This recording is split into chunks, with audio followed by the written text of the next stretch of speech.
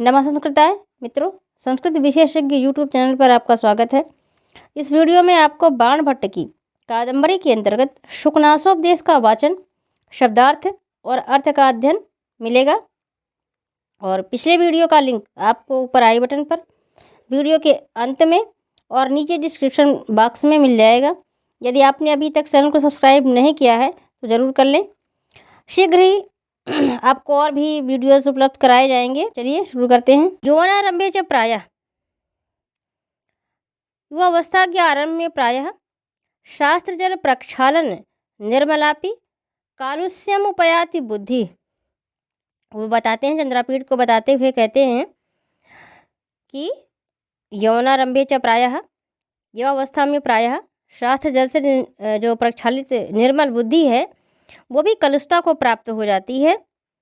अनुज्जित धवलतापि सरागैव भवति यूनां दृष्टिः, अपहरति च वात्येष शुष्कपत्रं समुद्भूत रजो भ्रांतिरिव दूरम आत्मीक्षा यौवन समये पुरुषम प्रकृति। तो ये बताते हैं चंद्रापीठ को, शुकनास बताते हैं। तो यौवनारंभे क्या है? युवावस्था के आरंभ में, नवीन युवावस्था जो है। और यौवन से आरंभ, यौवनारंभ तस्मिन्, आरंभ में आरंभ और घय प्रत्यय, प्रायः ही बहुधा अधिकांशतः। निर्मलापि, निर्मल जो है, निर्गतः मलः यस्याः सा, अर्थात मल गंदगी जहाँ से निकल गया है वही निर्मल है। और यहाँ जो है बुद्धि शब्द आया है, बोध और एक प्रत्यय। प्रक्षालन में है प्र उपसर्ग, क्षाल धातु लिट प्रत्यय। कलुषाया भावः जो है वो कालुष्यम है। आगे इसका जो है आप अर्थ देखते हैं।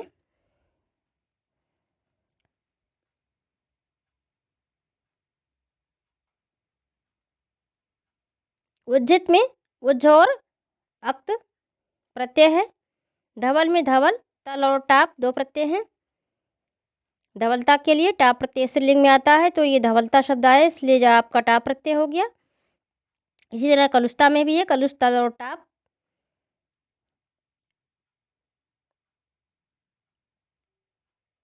या समुद्भूत है, सम और उत दो उपसर्ग है, भू धातु अक्त प्रत्यय। समुद्भूत, भ्रांति में भ्रम और एक तीन। प्रकृति में प्रकृति, प्र और क्री, प्र उपसर्ग है, क्री धातु एक तीन प्रत्यय। तो वो कहते हैं कि वह अवस्था के आरंभ में प्रायः जो है शास्त्र रूपी जल से धुलकर निर्मल अर्थात ज्ञान रहित होने पर भी, बुद्धि निर्मल अर्थात अज्ञान रहित होने पर भी, अर्थात ज्ञानवान होने पर भी बुद्धि कलुषता को प्राप्त हो जाती है। और नवयुवकों की दृष्टि अपनी धवलता अर्थात सरलता को न छोड़ने पर भी राग या आसक्ति से युक्त हो जाती है। जैसे धूल के बवंडर वाली आंधी सूखे पत्ते को अपनी इच्छा के अनुसार बहुत दूर उड़ा ले जाती है, वैसे ही वह अवस्था में रजोगुण के भ्रम वाली प्रकृति पुरुष को अपनी इच्छा के अनुसार बहुत दूर भटका देती है। वो चंद्रापीठ को बताते हुए कहते हैं कि अर्थात वो अपनी इन सभी से दूर रहे, अपने आप को, अपने मन को अपने वश में रखे। चंद्रापीठ आगे फिर बताते हुए कहते हैं कि इंद्रिय हरिण हारिणी च सतत दुरंता यम उपभोग मृग तृष्णिका नव यौवन कषायित आत्मनस्य सलिलानीव तानेव विषय स्वरूपाणि आस्वादम आनानि मधुरतराणि आपतंति मनसा नाशयति च दिग्मोहा इव उन्मार्ग प्रवर्तक पुरुषम अति आसंगो विषयेषु। तो इंद्रिय हरिण हारिणा, इंद्रिय रूपी हरिणों को लुभाने वाले, अर्थात इंद्रिय हरिण हारिणा। और यहाँ जो है उपभोग मृग तृष्णिका जो शब्द आया, उपभोग एवं मृग तृष्णिका, उपभोग मृग तृष्णिका कर्मधारय समास हो गया है। और उपभृज घय प्रत्यय हो गया उपभोग। और आगे देखते हैं, कषायित कषायः इतच प्रत्यय इसमें आया है। सलिलान ये जल के समान। और मनः मनसः मधुर तराणी आपतंती, मन के लिए और मधुर प्रतीत होती हैं।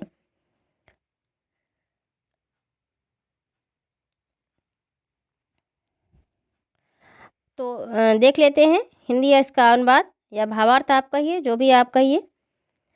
और तो विषय भोग की हमारी तृष्णा जो है, इंद्रिय रूपी हरिणों को दौड़ाने वाली और सतत अंत में घोर दुख देने वाली होती है।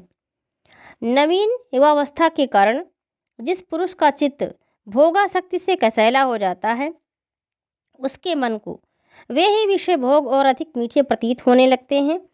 जैसे मुख कसैला होने पर जल और मीठा लगने लगता है, विषय भोगों में अतिशय आसक्ति दिग्भ्रम के समान पुरुष को विपरीत मार्ग पर ले जाकर उसका विनाश कर देती है और उसे भटका देती है।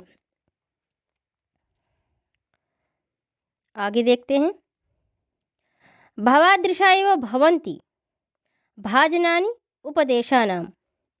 भाजन माने पात्र, उपदेश माने उपदेश, भव माने आपके, ईदृशः माने जैसे।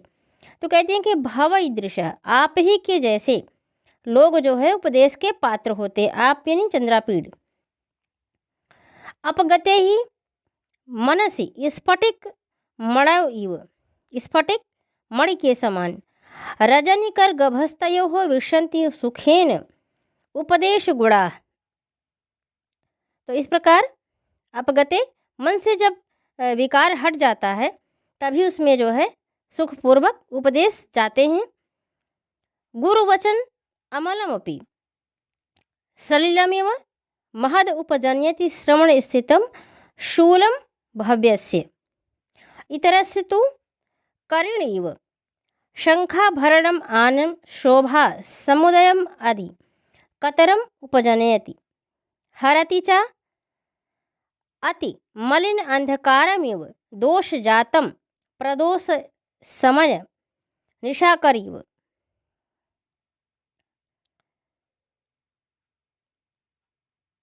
रजनीकर चंद्रमा की किरणें जो है, रजनी माने चंद्रमा और ये कर किरणें, और ये गुरु वचनम गुरु के जो वचन हैं,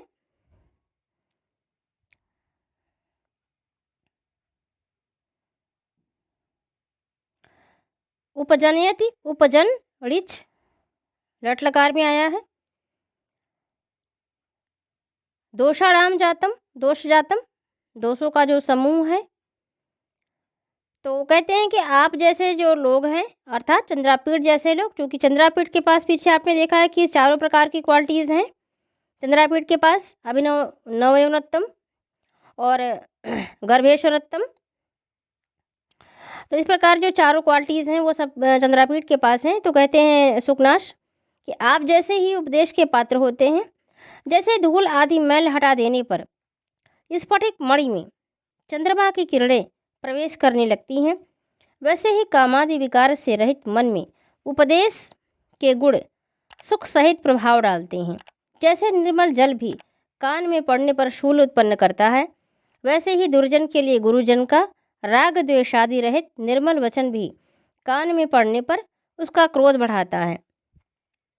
उससे भिन्न भले व्यक्ति के लिए वह मुख की शोभा को और अधिक वृद्धि प्रदान करता है। जैसे शंख का आभूषण हाथी की मुख की शोभा बढ़ा देता है।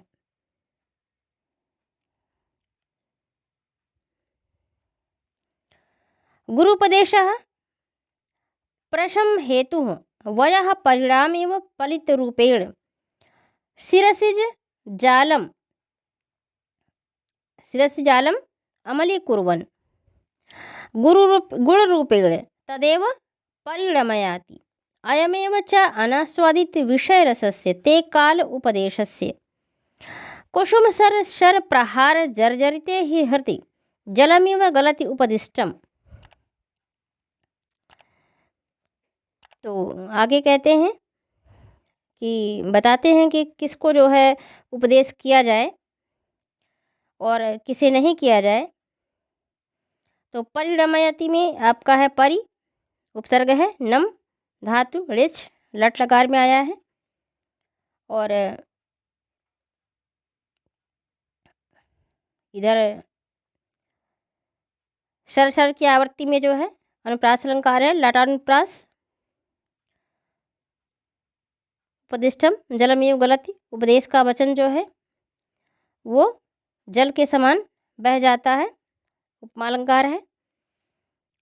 और गुरुजन का उपदेश जैसे प्रदोष समय का चंद्रमा अत्यंत काले अंधकार को भी दूर कर देता है, वैसे ही अतिशय निंदित दोषों के समूह को दूर कर देता है। चित्त के विकारों के प्रशमन का कारणभूत गुरुपदेश बुद्धि में उत्पन्न विचारों को वैसे ही गुण के रूप में बदल देता है, जैसे बुढ़ापा सिर के केशों को निर्मल करते हुए उन्हें पलित या सफ़ेदी में बदल देता है। विषय भोगों का आस्वादन न किए हुए आपके लिए तो यही उपदेश का समय है। ये बहुत इम्पॉर्टेंट लाइन है कि उपदेश का समय कब है कि जब विषय भोग का आस्वादन न लिया गया हो, तो यही उपदेश का समय है। और गुरु का उपदेश जो है वो इसी प्रकार बुद्धि को अच्छा बना देता है, स्वस्थ और सुंदर बनाता है। जैसे कि बुढ़ापा सिर के केश को निर्मल बनाता है, ठीक वैसे ही गुरु का जो उपदेश है वो हमारे विचारों को निर्मल करता है। कामदेव के बाणों के प्रहार से छलनी हुए हृदय में उपदेश का वचन जल के समान नीचे गिरकर व्यर्थ हो जाता है।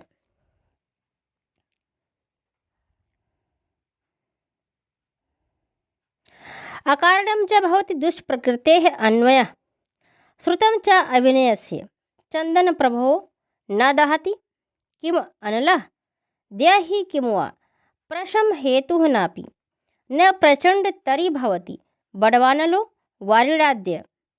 गुरुपदेशश्च नाम पुरुषाणाम् अखिलमल प्रक्षालन अक्षम जलम स्नानम अनुपजात पलितादि वै अपि अजरम वृद्धत्वम अनारोपित मेदो दोषम गुरुकरणम।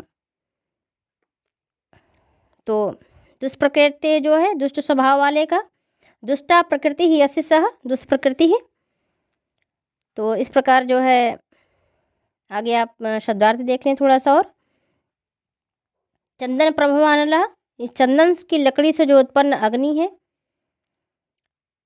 तो चंदनात् प्रभव यस्य तथा भूतः चंदन प्रभव। और इधर जो है पुरुषाणाम पुरुषों के लिए षष्ठी हो गया है, अर्थात सभी के लिए, चाहे वो सामान्य व्यक्ति हो या वे राजा हो या फिर कोई भी व्यक्ति हो, सभी के लिए है।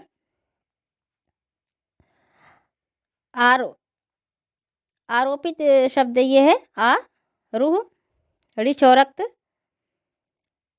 और इस प्रकार आपका जो है विरोधाभास अलंकार हो रहा है यहाँ। और गुरु का उपदेश जो है बताते हैं कि चर्बी बढ़े बिना जो है व्यक्ति गौरवशाली हो जाता है। तो उच्च वंश में जन्म और शास्त्रों की शिक्षा दुष्ट स्वभाव वाले की उद्दंडता के ऊपर कोई प्रभाव नहीं डालती। चंदन से भी उत्पन्न अग्नि क्या नहीं जलाता, अर्थात जलाता ही है। तो अग्नि को बुझाने के हेतु जल से भी क्या बड़वानल और प्रचंड नहीं होता। गुरु का उपदेश तो पुरुष के लिए सभी कालुष्य रूपी मैल को धोने में समर्थ बिना जल का स्नान है। केश पकना आदि कुरूपता से रहित वृद्धावस्था के बिना भी वृद्धत्व है। अर्थात वृद्ध दो प्रकार के हैं, एक ज्ञान वृद्ध है, एक वयोवृद्ध है। तो जो वयोवृद्ध है वो तो वृद्धत्व आप समझ ही रहे हैं, और ज्ञान वृद्ध भी आप समझ ही रहे हैं कि जैसे जो ज्ञान में वृद्ध है, चाहे वो कम ही एज का हो, हम उसे वरीयता देते हैं, उसे सम्मान देते हैं, तो वो ज्ञान वृद्ध हो गया। जो वयोवृद्ध है वो वयोवृद्ध है। तो वृद्ध दो प्रकार के हैं। चर्बी के दोष को बिना बढ़ाए गुरु भारी अर्थात गौरवशाली बनाने की प्रक्रिया है। तो ये सब काम कौन करता है? गुरु का उपदेश करता है।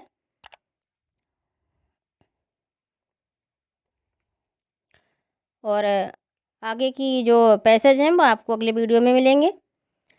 वीडियोस के अपडेट जानने के लिए आप हमें सोशल मीडिया पर भी फॉलो कर सकते हैं। सभी के लिंक नीचे डिस्क्रिप्शन में दिए गए हैं। और स्टडी मटेरियल आपको जो है मिलते रहेंगे, अतः आप टेलीग्राम को ज्वाइन अवश्य करें। लिंक नीचे डिस्क्रिप्शन पर दिया गया है।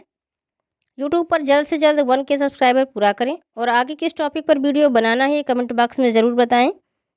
Thanks for watching.